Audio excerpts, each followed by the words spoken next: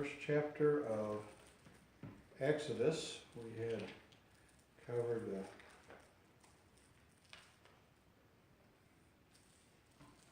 first portion of it, a goodly portion of it. We'll pick up this evening on the 15th verse.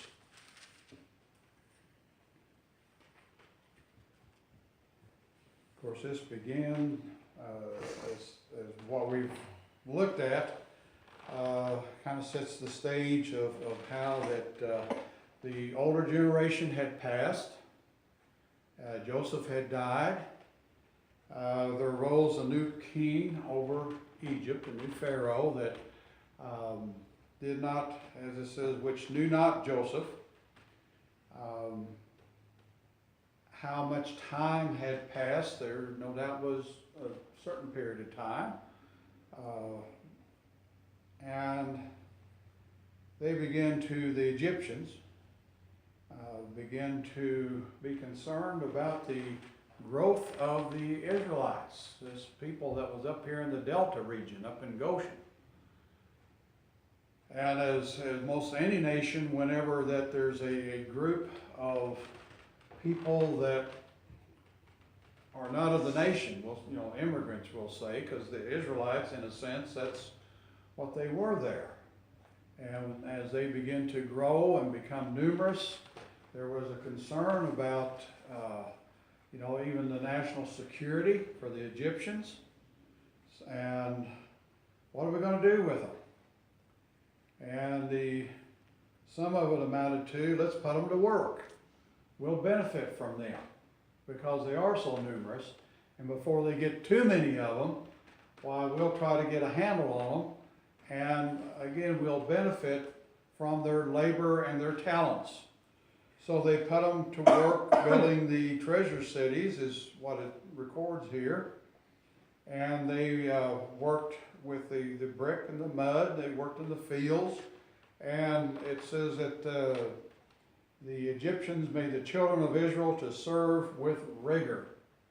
In other words, it was hard labor that they were put to. So, beginning at the 15th verse, it says, "And the king of Egypt spake to the Hebrew midwives, of which the name of one was Shiphrah, and the name of the other Puah. And he said, When ye do the office of a midwife to the Hebrew women, and see them upon the stools, if it be a son, then ye shall kill him, but if it be a daughter, then she shall live." So, not only were they working the Israelites, brought them into, as it says, bitter bondage, hard labor, they were still increasing. They were multiplying. And of course, part of this, as far as that view of how they were increasing, goes back to the fact that God had promised Abraham some time back that your descendants will be as the stars of the heaven, the sands of the sea. And this is, in a way, this is what is developing from that promise, that they were indeed increasing. So the king of Egypt decides, well, we're going to slow them down here.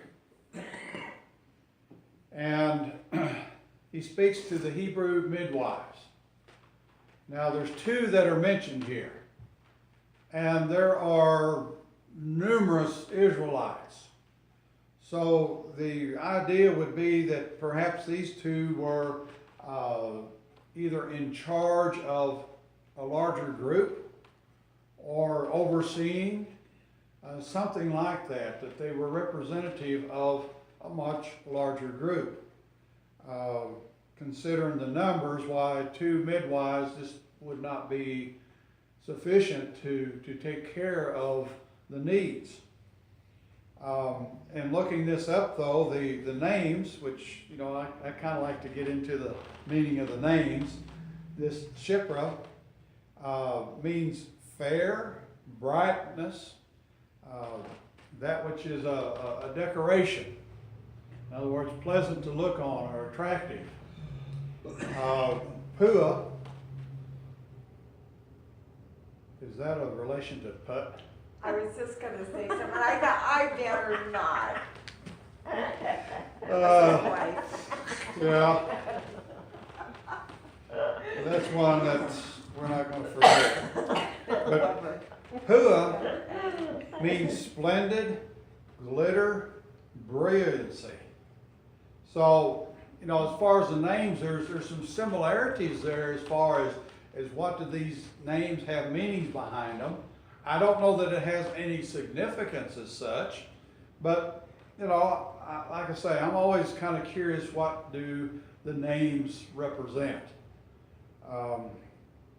But as being the midwives, Pharaoh calls to them, and he says, when you do the office of a midwife to the Hebrew women, and see them upon the stools, if it be a son, then you shall kill him. But if it be a daughter, then she shall live. What do you think is the idea behind this command? Population control. That populate, but why not kill all the kids or children? Because they could take the women for themselves, and concubines or whatever, their houses that they had, so that was okay. The bloodline would be assimilated into the To Egyptians. The Egyptians, yeah. And when they see them upon the stools, any ideas there? Birthing verse. Okay. Yeah, that's not a hard one. Yeah. You notice the women had that right off. So anyway, there is a strategy here that the Pharaoh was using. And if his strategy was carried out, we would see the children of Israel basically become extinct. But you know, that's not what God had told Abraham back a few generations. And that promise was carried through Isaac, down through Jacob, and now through the sons, this generation that's now passed. You know, God had different ideas. So we go to the 17th verse. It says, but the midwives feared God. That's what makes the difference. They feared God. They had a higher respect for God, and they honored God in a greater way, reverenced God more than Pharaoh. That also brings about the idea, too, that the Egyptians worshipped whom amongst their gods?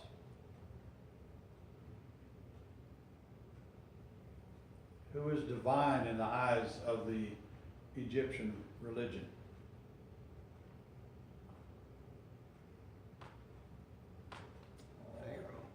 Pharaoh. He was considered divine, as well as the many other gods that they worshipped. And, you know, they feared God. It wasn't just that they feared God over Pharaoh as a governmental leader, but they feared God over the Pharaoh whom the Egyptians worshipped as a god as well. So, I mean, that just, to me, puts a little more emphasis, a little more punch to it there. And did not as the king of Egypt commanded them, but saved the men children alive. So they would go in, and if it was a boy, you know, I'm sure that they took appropriate measures as far as concealing that it was a boy. But they did not do as Pharaoh said. Pharaoh said, just kill him. I mean, that brings the subject of abortion and all that to mind too. But, you know,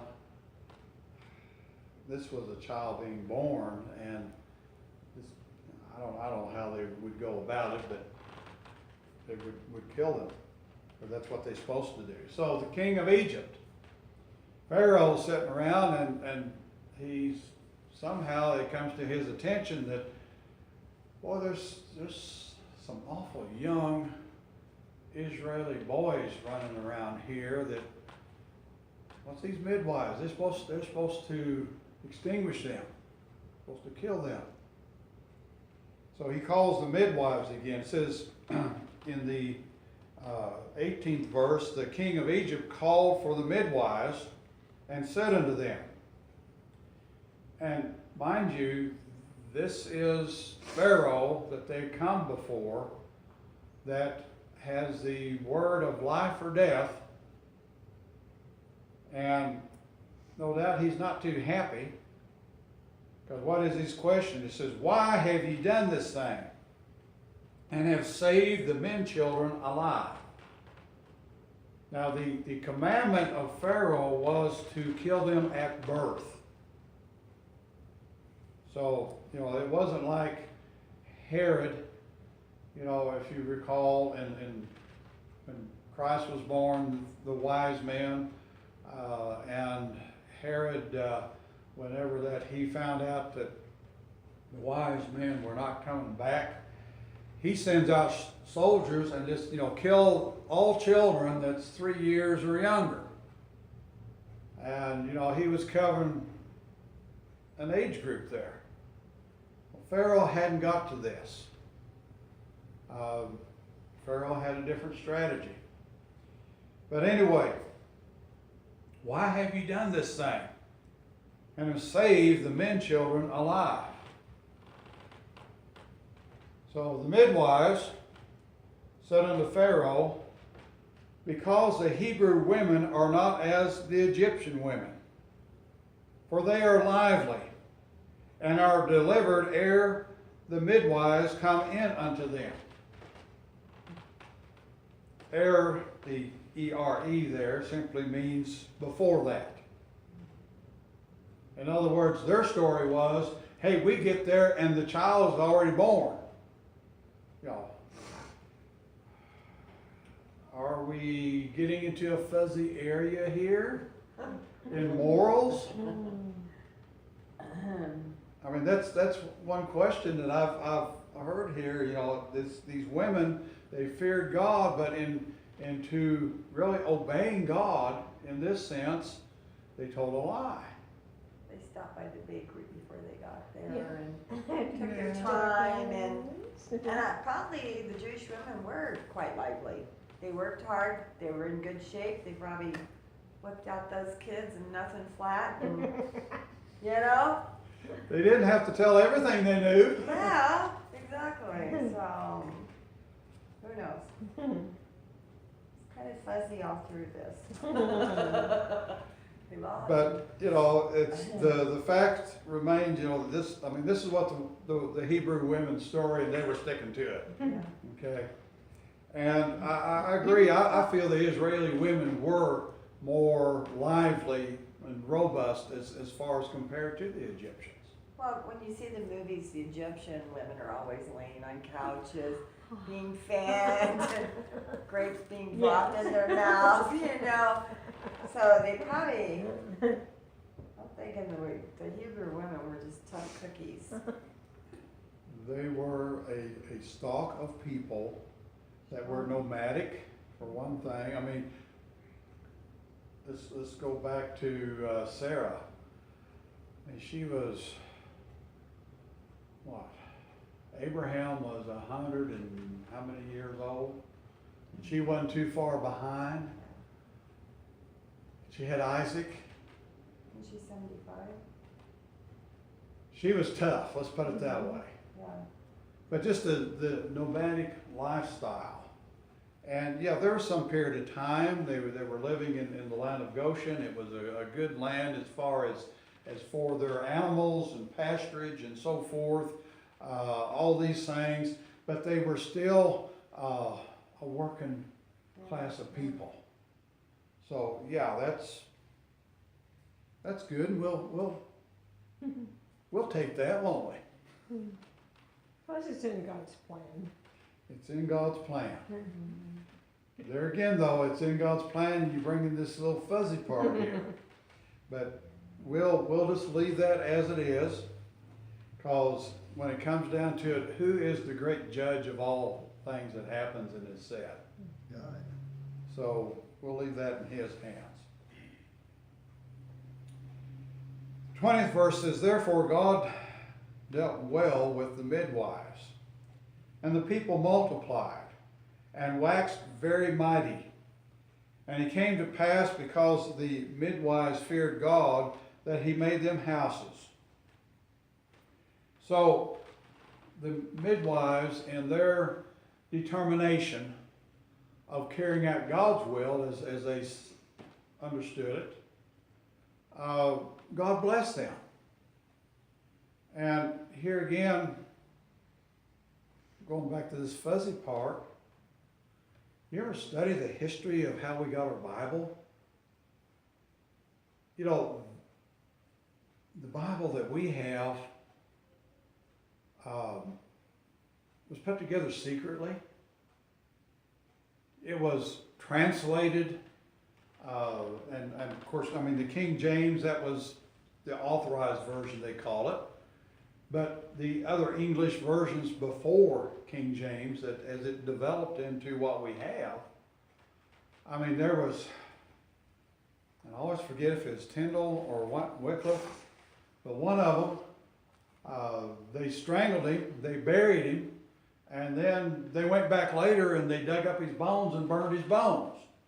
I mean, that was the government end of things. That's how much that they hated what he was doing. So, I mean, the Bible that we have today has a lineage that comes down through hatred of those involved in it. The Geneva Bible, which is very similar, a great source that the translators drew from when they was putting together and comparing, the scriptures to get the King James as we have it. Geneva is in Switzerland, and there's a reason, because the ones that put that together had to flee England to Geneva because it was a safer place, and it wasn't all that safe either, but it was safer to put that book together. And then, of course, they had to ship it into England, and if they found books or boxes of Bibles, they would destroy them. So there was some fuzzy things going on back then as far as the law of the land and basically the preservation of the Word of God.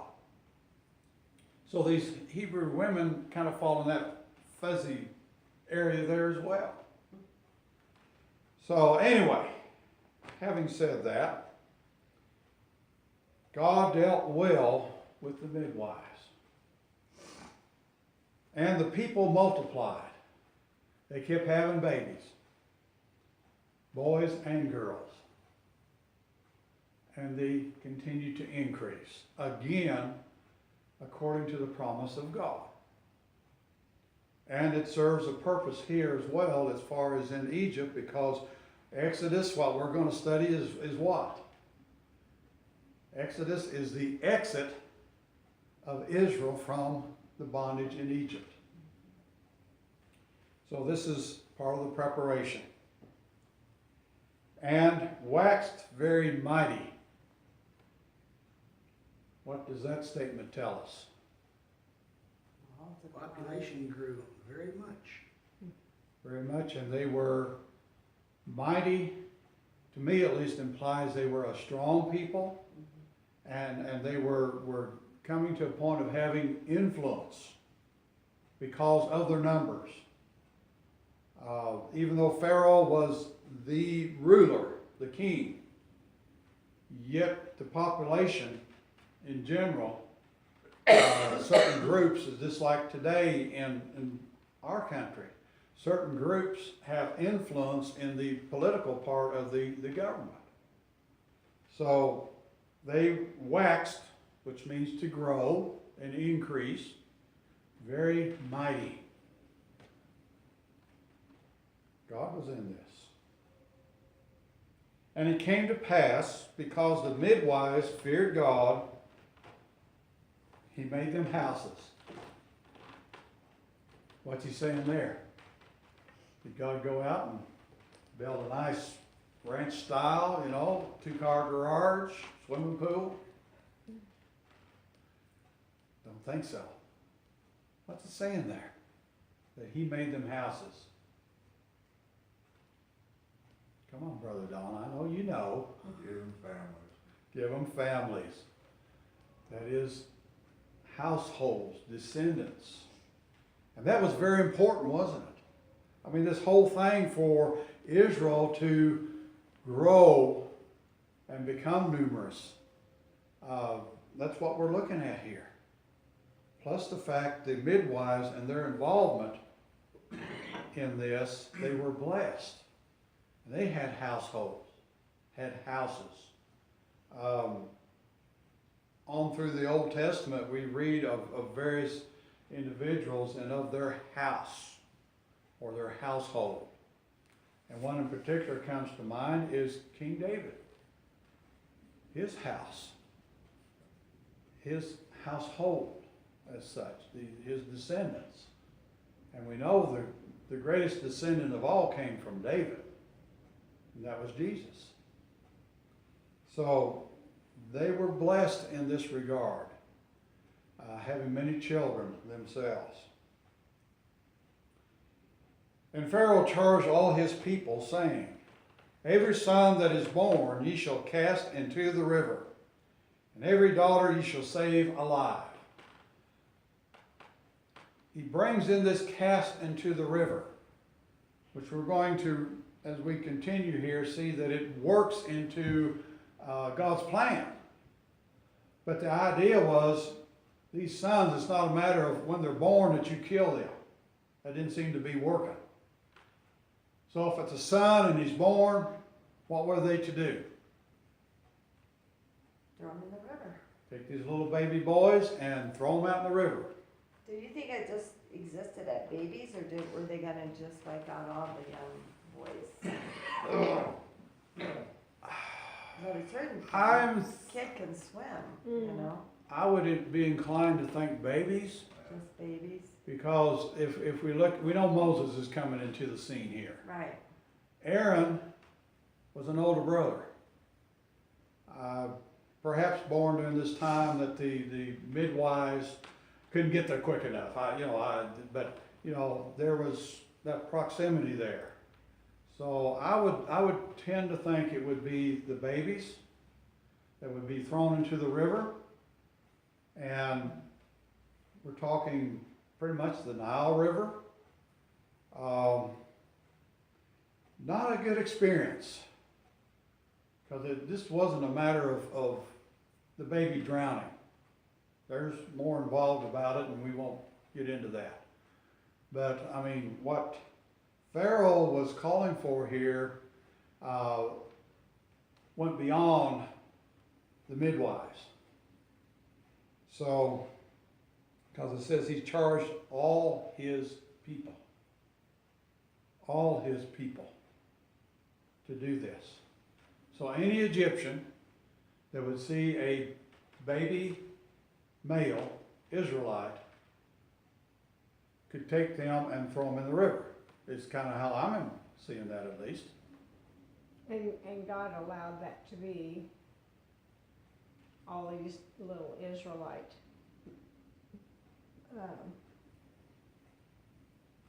We don't know how many actually wound up being cast into the river. This was the edict or the commandment of Pharaoh. No doubt some were. And I'm sure that this period of time, which wouldn't be a great period of time, but there was a period of time that, a mother having a child, and there would be, I'm sure, ways of trying to conceal that this is a son or a boy child. Maybe dressed them in pink instead of blue. I don't know. But there were, I'm sure, attempts at least to hide the identity of the child. And of course, it continues that every daughter you shall save alive, and we've already discussed that. So that's, again, is setting the scene, the background for the birth of Moses. And that's what we will take up next time in the 2nd chapter. Any further comments or questions or any thoughts you have on this? No, it's just, it was such a cruel, it was so cruel back in those days, some of the things that they did, you know. I mean, really, just cruel. I can't imagine how the women stood up to some of that stuff. But we find out now that in some of these places, hospitals or whatever, where they find infant bones in the walls because they got rid of them. Anyway, that was the story, at least, that there were infant bones found in the foundation of the old hospital. I'm not talking about anything that's, I mean, it's expanded over the years, but back in the days.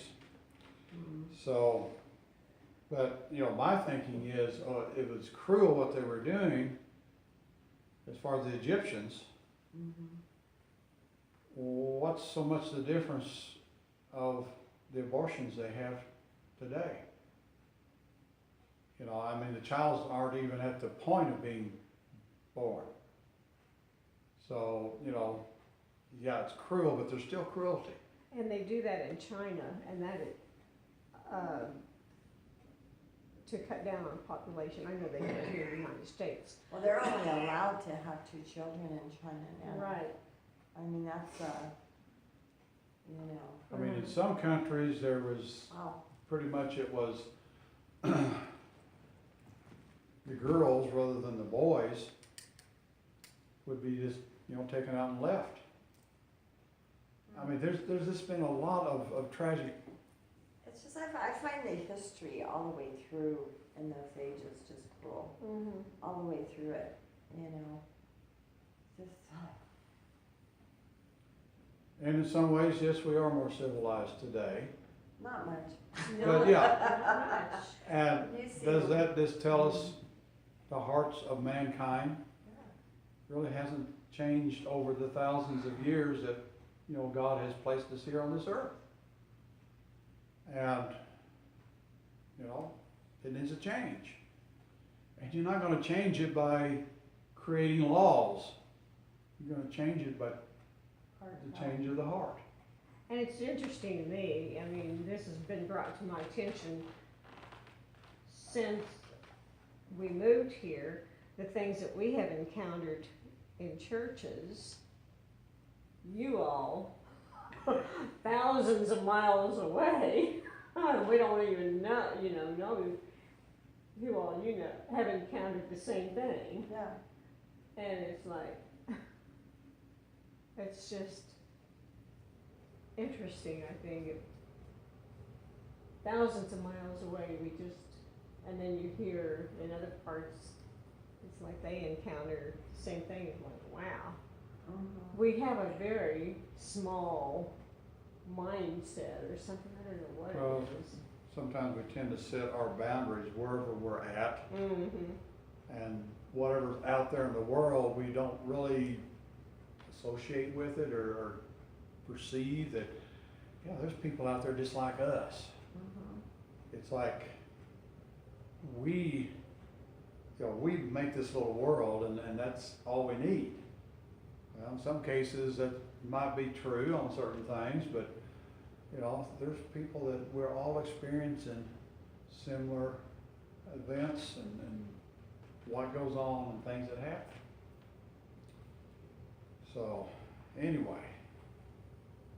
And even in the Bible times, they were experiencing that, hundreds of miles. When you get down to it, people are people. Yeah.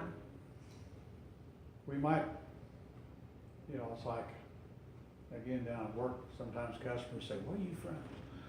We might talk a little different, There may be some views on certain things that are a little different, but you get down to the heart of it, man or mankind has a nature, that we share the same things. And some of it's good and some of it's not so good. And I'll stop on that.